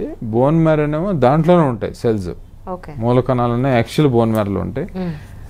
అవి రిపేర్ చేస్తుంది. ఇది కొద్ది మోర్ ఎఫెక్టివ్, పిఆర్పి కన్నా చాలా ఎఫెక్టివ్. దీనికన్నా ఇంకా అడ్వాన్స్ ఏంటంటే మోకాలు ఉంది, అరిగిపోయింది, ఎంఆర్ఐలో అరుగుదల కనిపించింది. అప్పుడు ఏం చేస్తాం? ఎంఆర్ఐలో అరుగుదల కనిపిస్తే ఆ పేషెంట్కి కీహోల్ సర్జరీ చేసి ఒక చిన్న శాంపుల్ తీసి ల్యాబ్కి పంపిస్తాం. ల్యాబ్ పంపిస్తే ల్యాబ్ ఆ కార్టిలేజ్ ముక్కని డెవలప్ చేస్తుంది. డెవలప్ చేసి 4 times డెవలప్ చేస్తుంది. మనం ఒక ముక్క పంపిస్తే దాంట్లో 12 million అంటే 1.2 crore సెల్స్ ఉంటాయి. దాన్ని అది 48 million చేస్తాడు. 40 అంటే 4.8 crore సెల్స్ చేస్తాడు. 4 times ఎక్కువ గ్రో తీసుకొస్తారు దాన్ని. అది ల్యాబ్లో చేసే పని. అది ప్యూర్లీ కార్ట్లేజ్ నుంచి కార్ట్లేజ్ తయారు చేయటం, బోన్ నుంచి బోన్ తయారు చేయొచ్చు. అంటే బోన్ తయారు చేసిన బోన్ ఎముకలాగా ఉండదు, కార్ట్లేజ్ అన్న పేసి మొక్కలా ఉండదు, దానికి షేప్ ఏ ఉండదు, సెల్స్ ఉంటాయి, టెస్ట్ ట్యూబుల్లో వస్తాయి. అది తీసుకొని జాయింట్ కొద్దిగా ఓపెన్ చేసి పాడైపోయిన ఏరియాలో ఇది ఫిల్ చేసేస్తే ఈ కార్ట్లేజ్ సెల్స్ని, కొందరికి తొంటి పాడైపోద్ది అలాగే తొంటిలో బోన్ సెల్స్ని ఫిల్ చేస్తే ఆ ఏరియాలో నార్మల్ కార్ట్లేజ్ వచ్చేస్తాయి. కానీ ఈ ప్రొసీజర్ మళ్ళీ దీనిలో డౌన్ సైడ్ ఉంది. ఈ ప్రొసీజర్ ఓన్లీ 50 years 50 సంవత్సరాల లోపలికి చేయాలి. 50 సంవత్సరాల పైన చేయాలంటే రియల్లీ కరెక్ట్ పేషెంట్ ఉండాలి, లేకపోతే ఫెయిల్ అయింది, అనవసరం. అది ఎక్స్పెన్సివ్ ప్రొసీజర్ ఇది. ప్లస్ ఇంకోటి ఇది అన్నట్టు ఇందాక అనుకున్నట్టు ఇదే ప్రొసీజర్ని స్టేజ్ 4 లాస్ట్ స్టేజ్లో చేస్తే ఈ పని చేయ డబ్బులు వేస్ట్, మళ్ళీ బ్యాడ్ పబ్లిసిటీ. సో ఇందాక అనుకున్నట్టు ఈ న్యూ టెక్నాలజీకి బ్యాడ్ పబ్లిసిటీ వచ్చేది, ఎందుకంటే మిస్యూజ్ చేయటం ప్రోడక్ట్ని. పని చేయదు అనుకున్న వాళ్ళకి కూడా ఇవ్వటం. రెగ్యులేటరీ బాడీ లేదు కదా మనకి ట్రీట్మెంట్స్కి. రెగ్యులేటరీ బాడీ ఎవరు? నేనే రెగ్యులేటరీ బాడీ. నాకే తెలియాలా ఈ పేషెంట్ పని చేస్తే ఈ పేషెంట్ పని చేయదు. పని చేయనోడికి ఇచ్చామనుకో, first of all bad name, bad publicity, public వెళ్ళి సో ఏమైంది, మంచి ప్రోడక్ట్, ఉపయోగపడే ప్రోడక్ట్. ఇప్పుడు బాగా అయింది అనుకో, ఇప్పుడు 100 జాయింట్ రిప్లేస్మెంట్ చేస్తాము, మనకి ఫెయిల్యూర్ రేటు ఒక 400-500 జాయింట్ రిప్లేస్మెంట్ చేసి ఒకటి వస్తుంది. ఈ 300 మంది ఎవరికి చెప్పరు, ఫెయిల్ అయిన వాళ్ళు మాత్రం స్పెసిఫిక్గా. ఇప్పుడు జాయింట్ రిప్లేస్మెంట్ చేయించుకున్న వాళ్ళు కూడా ఏం చేస్తారు, బాగా వాళ్ళని అడగరు, వాళ్ళ కళ్ళ ఎదురుగా ఫెయిల్ అయిన వాళ్ళే కనిపిస్తారు, వాళ్ళని అడుగుతారు ఏంటని. వాళ్ళు నేచురల్గా ఏమి ఇస్తారు, బ్యాడ్ పబ్లిసిటీ ఇస్తారు. సో గుడ్ ప్రోడక్ట్ని మిస్యూజ్ చేయడం వల్ల అవేర్నెస్, ఫియర్ క్రియేట్ అవుతుంది. నిజం సార్. ఒక ఎక్స్రేలో అక్కడ గుజ్జు లేదు, లేదంటే ఆ బోన్ అరిగిపోతుందని మనం గుర్తించగలుగుతామా? ఎక్స్రేలో గ్యాప్ తగ్గిపోద్ది. ఎక్స్రేలో గ్యాప్లు తగ్గిపోయి అన్వాంటెడ్ బోన్ అరిగిపోతున్నప్పుడు మెయిన్ జాయింట్ తగ్గిపోయి పక్కన ఏమిటంతా ముక్కలు ఎక్స్ట్రా బోన్ తయారైంది, ఆస్టియోఫైట్స్ అంటాం. తెలిసిపోదు, చాలా ఈజీ కనుక్కోవటం, అది పెద్ద కష్టమే కాదు. అది మోకాల వరకేనా? ఇప్పుడు నా ప్రాబ్లం గురించి పాదంలో ఇప్పుడు నావి 3 వైపున 3 సుదుల్లా వచ్చినాయి కదా, దాన్ని ఏమంటారు యాక్చువల్లీ మీ మెడికల్ టర్మ్? అరుగుదల కాదు, అరుగుదల కాదు, అది ప్లాంటర్ ఫెసిలిటీస్ అంటాం. పాదం అడుగున కింద ఒక బ్యాండ్ ఉంటుంది. నార్మల్గా ఏంటి, ఎప్పుడంటే వాళ్ళని చూడండి, లేడీస్ ఎంతమంది ఏ చెప్పులు వేసుకుంటున్నారు, 90% పైనే ఫ్లాట్గా ఉన్న చెప్పులు వేసుకుంటారు. మన పాదం ఫ్లాట్గా ఉండదు కదా, షేప్ ఉంటుంది పాదానికి, అడుగున ఆర్చ్ లాగా ఉంటుంది మంది. బరువు అంతా మోపేది ఎక్కడ కింద. సో ఈ బేసిక్ అంటే మనం ఆర్చ్ ఉన్న పాదానికి ఫ్లాట్గా ఉన్న చెప్పు తొడుగుతున్నాం. అప్పుడు మన బరువు వల్ల ఆర్చ్ అన్నది కొలాప్స్ అయ్యి ఫ్లాట్ ఫుట్ వస్తుంది. కానీ ఈ ఆర్చ్ అనేది మెయింటైన్ చేసే బ్యాండే ప్లాంటర్ ఫెసిలిటీ, ప్లాంటర్ ఫేషియా అంటాం. అది స్ట్రెచ్ అయ్యి ఆ మడం దగ్గర నొప్పి వస్తుంది, ఆ బోన్ లాగినట్టు అయ్యేది. దానికి సొల్యూషన్ ఏం లేదు, దానికి సర్జరీలు ఏమి ఉండవు. చక్కగా ఆర్చ్ ఉన్న చెప్పులు వేసుకుంటే తగ్గిపోద్ది. కొన్ని ఎక్సర్సైజ్లు ఉంటాయి, లేకపోతే కొన్ని ఇప్పుడు లేటెస్ట్గా ఇప్పుడు మంది స్టార్ట్ చేస్తాం, USWT అంటాం, 4-5 ఏళ్ళు అయింది. ఇది కూడా అంతే, correct indications very excellent results. USWT అని extra corporeal shock wave therapy అంటాం. ఓ మెషిన్ ఉంటుంది, దానికి పాదంలో ఆ shock wave therapy, actually current shock లా కాదు, అది వాటర్ లిక్విడ్ మీడియా, అంటే నీళ్ళలో నుంచి జనరేట్ అయ్యే వేవ్ని డైరెక్ట్గా నొప్పున్న ఏరియా తగిలితే హీలింగ్ స్టార్ట్ అయింది. Excellent results. దానికి సర్జరీస్ ఏముండవు, మా అది కొన్నిసార్లు ఇంజెక్షన్ ఇస్తాం. ఫుట్వేర్ అనేది నెంబర్ 1 ట్రీట్మెంట్. కరెక్ట్ ఆర్చ్ ఉన్న చెప్పులు వేసుకుంటే రాదు. అలాగే అంటే చాలా మంది చాలా హై హీల్స్ వాడుతూ ఉంటారు, అలాంటి వాళ్ళు కూడా ఇలాంటి ప్రాబ్లం వచ్చే అవకాశం ఉందంటారు? నెంబర్ 1 ఇదే, మన ప్లాంటర్ ఫేషియా హై హీల్స్ వాడేవారికి. లక్కీలీ అంటే మన కల్చర్లో హై హీల్స్ చాలా తక్కువ. నెంబర్ 1 ఫస్ట్ ప్లాంటర్ ఫేషియా ఒక ప్రాబ్లం. పాదం కిందకి హై హీల్స్ వాడటం వల్ల పాదం కిందకి జారిద్ది, ఏళ్ళు అన్నీ దగ్గరికి వస్తాయి. సో బొట్టనేలు కాలుకున్న పెద్దేలు అది కాలు లోపల వంగిపోయి హ్యాలెక్స్ వ్యాలగస్ అని వస్తుంది, పాదం చూడటానికి బాగోదు, అన్ని పెద్దేళ్ళ దగ్గరికి వచ్చేస్తాయి. సో అదే ప్రాబ్లం వస్తుంది. ఈ 2 కామన్ హై హీల్స్ వాడే వాళ్ళకి. సార్ 40 ఏళ్ళు దాటిన విమెన్కి కానీ మెన్కి కానీ బోన్ స్ట్రెంగ్త్ కోసం మీరు ఏం చెప్తారు? 40 years that first exercise number 1 Sir. exercise diet number 1 proper diet important bone స్ట్రెంత్కి ఏం కావాలి? కాల్షియం కావాలా. సో కాల్షియం సోర్స్ ఎక్కడి నుంచి వస్తుంది? పాలు, పెరుగు, చీజు, పన్నీర్లు ఇలాంటి వాటిలో నుంచి. ఇంకా బెటర్ ఏంటి, అన్నిటికన్నా బెటర్ ఏంటి? రాగి, మిల్లెట్స్ ఉన్నాయి కదా, ఎన్నిట్లో విపరీతమైన కాల్షియం ఉంటుంది. మిల్లెట్స్, జోవరు, ఎన్నిట్లో మన జొన్నలు, సొద్దులు ఇట్లా మంచి కాల్షియం ఉంటుంది. అవి మనం తినాం కదా, సో మంచి కాల్షియం సోర్స్ అయ్యి ఈజీ తినాలి. Good food. Next exercise, regular exercise, especially married women with children, school going children ఉన్నాను, పెళ్ళి అయిపోయి పిల్లలు ఉన్నా అంటే వాళ్ళకి ఫుల్ ఇంటి పనులతో బిజీ అయిపోతారు, ఇవి మర్చిపోరు. పిల్లలు స్కూల్కి వెళ్ళంగానే అట్లీస్ట్ ఒక అరగంట వాకింగ్ చేయాలా, ఫిజికల్ యాక్టివిటీ ఉండాలా, స్ట్రెంథనింగ్, బాడీ స్ట్రెంథనింగ్ చేసుకుంటూ ఉంటే బాగుంటుంది, ఏం ప్రాబ్లం ఉండదు. మీనోపాజ్ అయిన తర్వాత మాత్రం ఖచ్చితంగా అనుకున్నట్టు బోన్ డెన్సిటీ టెస్ట్ ఒకటి చేయించుకోవాలా. చేయించుకొని ఒకవేళ బోన్ డెన్సిటీలో కాల్షియం తగ్గుతున్నట్టు అనిపిస్తే, కాల్షియము ఇంకా బాగా తక్కువ ఉందంటే దాంతోపాటు స్ప్రేస్, ఆస్టియోపోరోసిస్ రివర్స్ చేసే మందులు ఉంటాయి, వాడాలి. ఓకే ఓకే సార్, చాలామంది ఏమంటారంటే కాల్షియం టాబ్లెట్స్ వేసుకుంటే కాల్షియం ఎక్కువైపోతుంది, అందుకే కిడ్నీలో స్టోన్స్ వచ్చాయని చెప్పని. సో నిజంగా కాల్షియం ఎక్కువైపోవడం వల్ల కిడ్నీలో స్టోన్స్ వస్తాయా? కిడ్నీలో తయారయ్యే stone, common stone calcium oxalate అంటాం స్టోన్. ఓకే. యాక్చువల్లీ కాల్షియం దీనికి ఏం సంబంధం ఉండదు, కానీ అదొక అపోహే అంతే.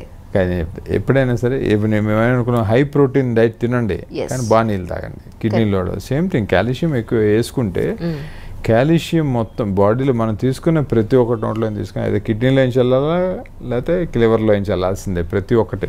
కరెక్ట్. కిడ్నీ మీద లోడ్ ఒకటి కాల్షియం కార్బోనేట్ అని ఉంటుంది, కాల్షియం సిట్రేట్ మ్యాలెట్ ఉంటుంది. కాల్షియం కార్బోనేట్ అన్నది అబ్జార్ప్షన్ ఓన్లీ 20% 30% ఉంటుంది. కాల్షియం సిట్రేట్ మ్యాలియేట్ అన్నది అబ్జార్ప్షన్ ఒక 70% ఉంటుంది. అందుకని కొద్దిగా మంచి కాల్షియం తీసుకోవాలా. జనరల్ అంటే టూ మచ్ కాల్షియం వాడకూడదు, అనుకున్నట్టు ఒక రీజనబుల్గా మనకి బాడీలో నార్మల్గా అరౌండ్ 1250 milligrams రోజుకి. ప్రెగ్నెన్సీ ఆ టైంలో కొద్దిగా ఎక్కువ ఉంటుంది, 2 grams దాకా వెళ్తుంది. సో దీంట్లో ఎంతో కొంత పాలు పెరిగి తింటా ఉంటే ఒక 50% వస్తుంది కదా. సో మెనోపాజ్ అయిన తర్వాత ఒక తక్కువ డోస్ కాల్షియం ఒకటి వేసుకుంటే సరిపోద్ది, ఎక్కువ డోస్ కాల్షియంకి వెళ్ళకల్లా. రిలేషను కాల్షియము లోడు కిడ్నీల మీద, కిడ్నీలోంచి బయటకు వెళ్ళేది. మనం వాడేది 20% కాల్షియం కార్బోనేట్ అన్న వాడితే 20% లోపల ఉపయోగపడేది, 80% వేస్ట్ అవుతుంది కదా. వేస్ట్ అంతా యూరిన్లోంచి బయటకు వెళ్ళేది. యూరిన్లో స్టోన్లు ఎప్పుడు ఫామ్ అవుతుంది అంటే నువ్వు వాటర్ తాగకపోతే స్టోన్లు ఫామ్ అవుతాయి. యూరిన్ కాన్సన్ట్రేట్ అవుతుంది అంటే, టాయిలెట్కి వెళ్ళినప్పుడు బాగా పచ్చగా వస్తుంది అంటే నువ్వు సరిగ్గా నీళ్ళు తాగట్లేదని. సరిగ్గా నీళ్ళు తాగకపోతే స్టోన్స్ కాన్సన్ట్రేట్ అయితే కాల్షియం స్టోన్ అవుతుంది కదా. ఎగ్జాక్ట్లీ అది మామూలుగా యాజ్ సచ్ కాల్షియం తీసుకుని నీళ్ళు తాగుతుంటే స్టోన్లు ఏం తయారవు. Right sir. అంటే మీరు అబ్రాడ్ నుంచి వచ్చిన తర్వాత అపోలోని సెలెక్ట్ చేసుకోవడానికి వై అపోలో అంటే ఏం చెప్తారు? అలా చాలామంది వచ్చారు కానీ నేను అపోలో చూజ్ చేసుకున్నా. టూ కాంట్రవర్షియల్ టు ఆన్సర్, కానీ జనరల్గా అపోలో అంటే నేను పేషెంట్లు అడుగుతూ ఉంటారు, సార్ మీరు ఇక్కడైనా ఆపరేట్ చేస్తారా బయట ఎక్కడైనా ఆపరేట్ చేస్తా అంటే, నేను పేషెంట్ బయట ఎక్కడైనా చేయగలరా అని అడుగుతారు ఈ క్వశ్చన్కి. Very simple. బేసికలీ ఏంటి వాళ్ళు అడిగేది ఏంటంటే, మీరు ఇక్కడికన్నా బయట బాగా చేస్తారా లేకపోతే ఇక్కడికన్నా బయట తక్కువ చేస్తారా అని అడిగితే దానికి ఆన్సర్ చెప్తాను. నేను అపోలోలో నేను ఉన్నాను అంటే అపోలో బాగుంటే నేను ఉంటాను, అపోలో బాగోకపోతే నేనే ఫస్ట్ పర్సన్ బయటకు వెళ్ళిపోవడానికన్నా. సో అపోలో నాకు కావాల్సిన ఫెసిలిటీలు, నాకు కావాల్సిన సర్వీస్ ఇస్తుంది కాబట్టి పేషెంట్ వైజ్ నేను ఇక్కడ ఉన్నా. ఈ హాస్పిటల్లో ఫ్యూచర్లో ఎప్పుడన్నా మనకు కావాల్సిన సపోర్ట్ లేకపోతే, పేషెంట్ కేర్ వైజ్ లేకపోతే నేనైనా ఇలాగ ఇంకో హాస్పిటల్ చూసుకుంటా అని. ఇక్కడ డాక్టర్స్ రిక్రియేషన్ కోసం కూడా చాలా ఫెసిలిటీస్ పెట్టారని చెప్పని విన్నాను. సో దాని గురించి డాక్టర్స్ రిక్రియేషన్కి మీరు ఇక్కడ మీరు రిలాక్స్ అవ్వడానికి కానీ సో చాలా ఫెసిలిటీస్ పెట్టారు అని చెప్పని విన్నాను. నాకు తెలీదు, సో మీరు చెప్తే విందామని. డాక్టర్లకి ఎన్ని ఫెసిలిటీ ఇచ్చినా ఎవరు ఎంజాయ్ చేయరు. Most of the time portions అంటే మాకు ఇప్పుడు యాజ్ అ సర్జన్ నాకు బెస్ట్ రిలాక్సేషన్ ప్లేస్ అంటే మాకు సర్జన్ రూమ్ అని ఉంటుంది. Between surgeries, before surgery, after surgery ఎవరు ఖాళీ అయితే వాళ్ళు వచ్చి అక్కడ కాసేపు స్పెండ్ చేస్తారు నెక్స్ట్ కేసు సర్జరీ స్టార్ట్ అయ్యే వరకు. Ultimate relaxation place, socialisation place, discussing about patient problems, social things, వేరే ఆడుకోవటానికి, హాలిడేస్ గురించి డిస్కస్ చేసుకోవడానికి, అది ఎక్సలెంట్. అట్లా కాకుండా అపోలోలో గుడ్ అంటే మాకు యాడ్స్ ఉన్నది. అపోలో డాక్టర్స్ వెల్ఫేర్ అసోసియేషన్ లాగా ఒకటి ఉంది association, where we take care of each other, where we support each other. We have some health insurance కూడా తీసుకుంటాం. హెల్త్ ఇన్సూరెన్స్, లైఫ్ ఇన్సూరెన్స్ కూడా ఉంటుంది. It's good relaxation place. Coffee టీలు దొరుకుతాయి మాకు అక్కడికి వెళ్తే, కానీ ఎవరు వెళ్ళాం యాక్చువల్గా యూజ్ చేయం ఎక్కువ ఫెసిలిటీని. హాస్పిటల్ ఏం చేస్తుందంటే ఇది interesting. So lot of times ఏంటి, ఇప్పుడు మనం అప్పుడు వింటూ ఉంటాం హాస్పిటల్లో డాక్టర్ సడన్గా పనిచేస్తూ పడిపోయి చనిపోయి ఉంటారు. అంటే too much of stress. So doctor ఇప్పుడు నేను ఎన్నో చెప్తున్నప్పుడు ఎంత డిస్కషన్, అది చేయండి ఇది చేయండి అని చెప్తాను, నేను ఫాలో అవ్వాలి కదా. సో దేర్ ఇస్ సేయింగ్ కదా, డాక్టర్స్ ఆర్ బ్యాడ్ పేషెంట్స్. దీనివల్లే సడన్ డెత్స్, సడన్గా చనిపోవటం, సడన్గా ఏదో డయాగ్నోస్ అవటం. అందుకని అపోలో ఇనిషియేటివ్ ఏంటంటే అందరు డాక్టర్లకి ఇయర్లీ హెల్త్ చెకప్. సో అట్లా హెల్త్ చెకప్ పెట్టి చేపిస్తూ ఉంటే అవి కూడా నేను చేయించుకోవాలా. సో ఒకరోజు మధ్యలో వచ్చేసి ఓపీడీ యాప్ పడేసి బ్లడ్ అంత చేసుకొని చేయాల్సిందని చెప్పాము. So good thing. అప్పుడు చేయకపోతే ఇప్పుడు నా గురించి నేను అందరూ చెప్తున్నా, నా గురించి ఎవరు పట్టించుకుంటారు? ఎవరు లేరు కదా. ఇప్పుడు నాకు అడ్వైజ్ ఎవరు ఇస్తారు? ఎవరెవరు? ఐఎమ్ ద రెగ్యులేటర్ అన్నప్పుడు నేను నాకే తెలియాలి కదా. నేను చేసుకున్నప్పుడు హాస్పిటల్ ఇనిషియేటివ్, గుడ్ ఇనిషియేటివ్, మంచి ఇనిషియేటివ్. అట్లా ఉండే అంటే కొద్దిగా డాక్టర్స్ హెల్త్ని ఇంకొకరు చూసుకునే వాళ్ళు ఉన్నారు అన్న కొద్దిగా హ్యాపీనెస్. స్టార్టింగ్లో మీరు సర్జరీస్ కొత్తగా స్టార్ట్ చేసినప్పుడు మీ మెంటల్గా ఎలాంటి ప్రెషర్ ఉండేది? అంటే ఇప్పుడు మేబీ చాలా సర్జరీస్ చేసేసిన తర్వాత మీకు మంచి ఎక్స్పీరియన్స్ వస్తుంది, దాన్ని కూడా మీరు ఎంజాయ్ చేసి అక్కడ ఒక ఎమోషన్ అనేది లేకుండా అక్కడున్న సమస్య మాత్రమే ఫోకస్డ్గా మీకు చూస్తుండ ఉండొచ్చు మోస్ట్ ప్రాబ్లీ నేను అనుకోవడం. బట్ అప్పటికి ఇప్పటికి మీ మెంటల్ కండిషన్లో ఎక్కడ తేడా వచ్చిందంటే ఏం చెప్తారు? బేసిక్గా అంటే ఆపరేషన్ స్ట్రెస్ కాదు. ఓకే. కాదు, కొత్త ప్లేస్కి వచ్చినప్పుడు అంటే అడ్జస్ట్మెంట్ స్ట్రెస్ ఉంటుంది. ఇప్పుడు లండన్లో 10 ఏళ్ళు ఉన్నాం, ఆ ప్లేస్కి మనం అలవాటు పడిపోయాను. ఆ టైప్లో ప్రాక్టీస్ చేయటం, ఆ టైప్లో వెళ్ళటం, ఒక సిస్టమ్ ఉంది కొద్దిగా. ఇప్పుడు కూడా ఎన్నేళ్ళు అయిన తర్వాత కూడా నేను ఇప్పుడు కూడా చెప్తే ఆ సిస్టమ్ ఇండియన్ సిస్టమ్ కన్నా మోర్ డిసిప్లైన్డ్ సిస్టమ్. అది 8ంటికి ఆపరేషన్ స్టార్ట్ అవ్వాలంటే 8ంటికి స్టార్ట్ అవుతుంది. పేషెంట్ 8ంటికి రావాలంటే 2ంటికే వస్తాడు, 7ంటికి అపాయింట్మెంట్ 7ంటికే వస్తాడు. సో ఒక వెల్ డిసిప్లిన్ సిస్టమ్. మనకు కొద్దిగా డిసిప్లిన్ తక్కువ కాబట్టి మన బట్టి ఉంటుంది. ఇప్పుడు లాస్ట్ పాయింట్ మనం కొద్దిగా స్ట్రీమ్ లైన్ చేస్తూ వచ్చాం. పేషెంట్స్కి ఈ టైంలో రావాలంటే ఈ టైంకి వస్తారు. ఆపరేషన్ స్ట్రెస్ఫుల్ ఏమి ఉండదు నాకు. కాకపోతే ప్రతి పేషెంట్ ఇంపార్టెంట్ మనకి. ఇప్పుడు ఎప్పుడు ఇంపార్టెంటే. ఇది లైట్ సర్జరీ, ఇది నథింగ్. వీళ్ళు విఐపి, వీళ్ళు డబ్బు లేని వాళ్ళు ఏమి ఉండవు. దే ఆల్ అందరికీ ఈక్వల్ ఇంపార్టెన్స్. ఎవ్రీ పేషెంట్కి డబ్బులు ఉన్నా లేకపోయినా has to be fantastic operation. దాంట్లో ఇంకా డౌట్ 0%. దాంట్లో 100% గ్యారంటీ అన్నట్టు. నేను చెప్తూ ఉంటాను సార్, రికమెండేషన్ పెడుతున్నా ఆ ఫోన్ ఈ ఫోన్లు, అందరు ఫోన్లు కొడతా ఉంటారు. ఇది అందరు ఫోన్లు చేసే పని ఉంది సార్. ఎంతమంది ఫోన్ చేసి నేను చేసేది ఒకటే కదా. నువ్వు ఫోన్లు చేస్తావు, నీకు బెటర్ సర్జరీ చేయలేను కదా నేను. బెటర్ సర్జరీ అంటే ఏముండదు కదా. కరెక్ట్. అందరికి ఒకటే సర్జరీ ఉంటుంది. ఇన్ఫ్యాక్ట్ నువ్వు అట్లా అంటే ఏమేమి తెలియనట్టుకు నేను ఇంకా జాగ్రత్త చూసుకోవాలి. బికాజ్ అది నా మీద నమ్మకంతో వచ్చాడు. Correct, exactly. ఏదైనా ఒక సర్జరీకి వెళ్ళేటప్పుడు ఫిజికల్గా కానీ మెంటల్గా కానీ ప్రిపేర్ అవ్వడం అంటే ఎలా ప్రిపేర్ అవుతారు? ఎనీ సర్జరీకి వెళ్ళడానికి ముందు మీరు తీసుకునే కేర్ ఇదే ఉంటుంది డెఫినెట్గా. మన మామూలుగా నీ పేషెంట్కి వెళ్ళినప్పుడు ముందులో అయినా సరే చెకప్ అవన్నీ ఉంటాయి పేషెంట్కి అంత ప్రాపర్గా. ఇప్పుడు సర్జరీ కొద్దిగా మీరు అనుకున్నట్టు కొద్దిగా కాంప్లికేటెడ్ కేసు ఉందంటే మేము కూడా ఇప్పుడు కూడా నేను చదువుకుంటాను. ముందు కూడా మెంటల్గా కాదు, యాక్చువల్లీ ఫిజికల్గా చదువుకుంటాం. ఏముంది దీనికి ఏమైనా లేటెస్ట్ వచ్చినాయా, మళ్ళీ బ్రషప్ చేసుకుంటూ ఉంటాం. సో డాక్టర్ అయినా వేరేదైనా కూడా మంచి సర్జరీ మంచి పర్ఫామ్ చేయాలంటే మనం రెగ్యులర్గా అప్డేట్ అవుతూనే ఉండాలి. ఇప్పుడు అదే సర్జరీ 100 సార్లు చేసి ఉండొచ్చు, అది 1000 సార్లు చేసి ఉండొచ్చు. ఇప్పుడు 1001 కూడా మనం ఒకసారి చూసుకుని ఇదేనా పద్ధతి ఈ పేషెంట్ కానీ బెటర్ చేయొచ్చా అది చేసుకుని ఉండాలి. ఇప్పుడు నేను చేసిన మోకాలు రీప్లేస్మెంట్, స్పోర్ట్స్ ఇంజరీస్, నీలో లిగమెంట్ రీకన్స్ట్రక్షన్ లాస్ట్ 20 ఏళ్ళలో, 20 ఏళ్ళ క్రితం మొదలెట్టింది ఇప్పటికి సేమ్ ఆపరేషనే, ఏసీఎల్ రీకన్స్ట్రక్షనే, బట్ నేను చేసే పద్ధతి చాలా మారిపోయింది. అప్డేట్. సో కంటిన్యూస్గా అప్డేట్ అవుతూ ఉండాలి మనం. ఫిజికల్గా ఆపరేషన్కి వెళ్ళే ముందలే ఉండదు, ముందల రోజు రైట్ అయిపోద్ది మొత్తం ప్రిపరేషన్ అంతా. ఆ రోజు ఏముండదు ప్రిపరేషన్. ప్రీ ఆపరేటివ్ ప్లానింగ్ ఉంటుంది. ప్రతి పేషెంట్కి ఒక ప్లాన్ ఉంటుంది. ఈ పేషెంట్ ఇది రేపు పొద్దున్న సర్జరీ ఇది, సో అన్నీ ఉన్నాయా, బ్లడ్స్ ఉన్నాయా, ఎక్స్రేస్ ఉన్నాయా, ఈ కావాలా మనకి, సర్జరీకి ఎక్విప్మెంట్ కావాలా, ఆ మెషిన్ పనిచేస్తుందా, అన్నీ ముందల రోజు నైట్ కల్లా అయిపోద్ది మొత్తం ప్రిపరేషన్ అంతా. Next day only execution. Execution is very easy. ఈ planning is good, execution is easy. ఈ planning is bad, you stuck in execution. అయిపోతాం, మనం ఏం చేయాలంటే మధ్యలో ఇరుక్కుపోతాం. అవి హ్యూమన్ లైఫ్ ఉన్నప్పుడు అట్లాంటి ప్రాబ్లమ్స్ రాకూడదు కదా. సో అందుకు ప్రిపరేషన్ ఈజ్ ఉండాలి. And we do proper prepare అవుతాం. అన్నీ అందరూ కన్సర్న్ పర్సన్. ఇప్పుడు సర్జరీ ఒకటి చేయటం కాదు కదా, గ్రూప్ ఆఫ్ సర్జన్స్ మనకు చాలా మంది సపోర్ట్ ఉండాలి. ఇప్పుడు నీ రీప్లేస్మెంట్, నేను ఒక సర్జరీ నీ రీప్లేస్మెంట్ చేస్తున్నా అంటే నేను ఆపరేట్ చేసే సర్జన్, బట్ నేను ఆపరేషన్ చేయడానికి నాకు హెల్ప్ చేసే వాళ్ళు నలుగురు ఉంటారు. పేషెంట్ అడుగుతూ ఉంటారు, సార్ ఏం సార్ బిల్ చాలా అయిపోయింది సార్ అంటుంటారు కొందరు. నేను ఒక్కని సర్జరీ చేయనా, మనకి సపోర్ట్ నీ ఒక్క సర్జరీ చేయాలంటే థియేటర్ లోపల 20 మంది ఉంటారు, నీకు మొత్తం నువ్వు సర్జరీ అయిపోయి నీకు 50 మంది నీకు సర్వ్ చేస్తారు. సో సర్జన్ అంటే సర్జన్ మొత్తం జోలో పెట్టుకుని వెళ్ళిపోడు ఇంటికి డబ్బుల్ని. వీళ్ళందరూ ఉంటారు మనకు సపోర్ట్ చేసేవాళ్ళు. సార్ ఇప్పుడు మాస్టర్ చెకప్స్లో ఇన్ని రకాల మాస్టర్ చెకప్స్ డిఫరెంట్గా సెగ్రిగేట్ చేసి పెట్టేశారు.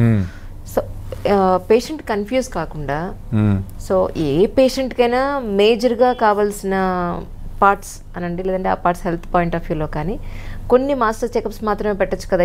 ఇన్ని పెట్టడం వల్ల పేషెంట్ కన్ఫ్యూజ్ అయిపోయే ఛాన్స్ ఉండదంటారా?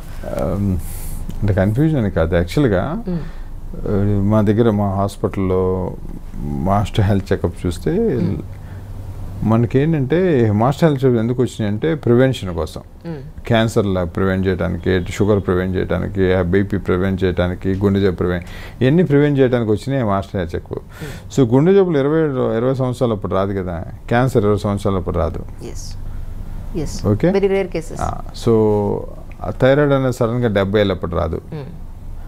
సో ఏంటంటే ప్రతి ఏజ్ గ్రూప్కి, ఇప్పుడు ఉమెన్కి కొన్ని క్యాన్సర్లు ఉంటాయి కామన్గా వచ్చే ఏజ్ గ్రూప్. సో 40 నుంచి స్టార్ట్ అయింది. బ్రెస్ట్ స్క్రీనింగ్ అంటాడు, సర్వైకల్ ప్యాప్స్మియర్ అంటాము. అట్లా ప్రతి ఏజ్కి కొన్ని టెస్ట్లు యాడ్ అవుతూ ఉంటాయి, కొన్ని తీసేస్తూ ఉంటాం. రొటీన్ అంటే ఏముండవు. రొటీన్ అంటే ఏముంటాయి, మామూలుగా మన రక్తం హిమోగ్లోబిన్ ఎంత ఉంది, ఈఎస్ఆర్ ఎంత ఉంది, కిడ్నీ ఫంక్షన్, లివర్ ఫంక్షన్లో, కిడ్నీలో, లివర్లో ఇవి బాగున్నాయి, ఈ రొటీన్.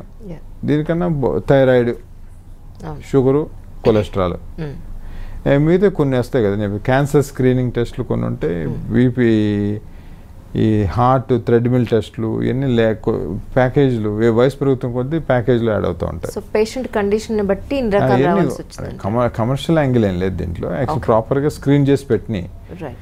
ప్లస్ మాస్టర్ హెల్త్ చెకప్లో చేసుకునే టెస్ట్లు ఆల్మోస్ట్ 50% తక్కువ ఉంటాయి. ఏది సపరేట్గా చేయించుకుంటే ఆల్మోస్ట్ డబుల్ అయిపోద్ది మన కాస్ట్.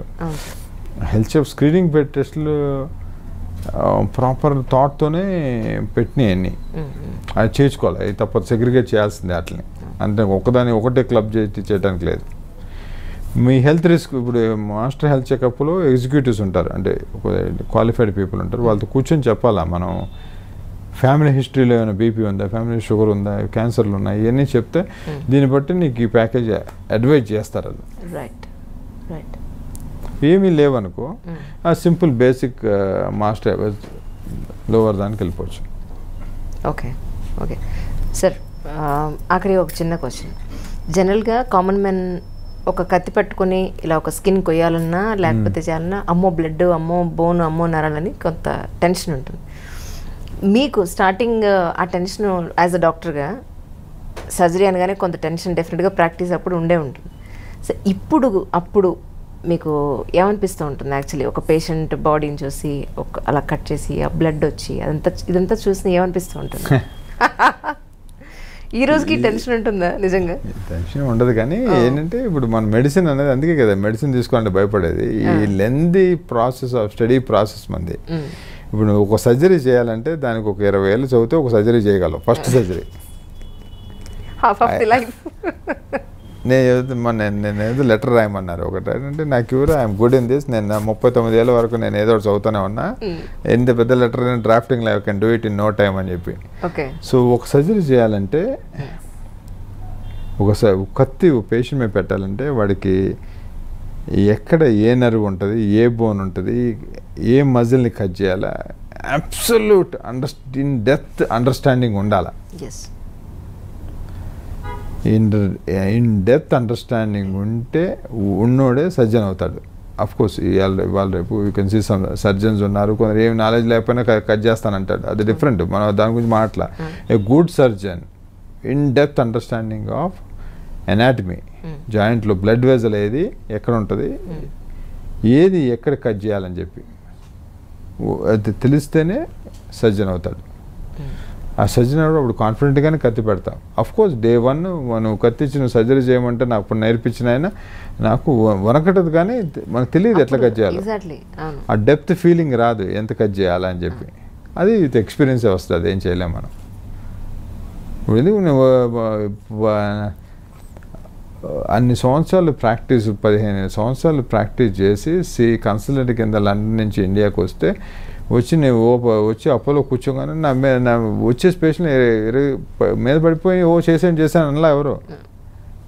గ్రాడ్యువల్గా ఒక పేషెంట్ నుంచి ఒక పేషెంట్ కాన్ఫిడెన్స్ బిల్డ్ చేసుకుంటూ ప్రాక్టీస్ బిల్డ్ చేసుకున్నాను. సేమ్ థింగ్ సర్జరీస్ కూడా, సర్జన్ ఎక్స్పీరియన్స్ కూడా అంతే. డే 1 సర్జరీస్ రావు, నేర్చుకొని అందుకని ట్రైనింగ్ ఇంత extended period. So that end of training అయ్యేసరికి నిన్ను ఓన్గా నువ్వు ప్రాక్టీస్ పెట్టుకున్నావు అంటే you can do no harm to any patient.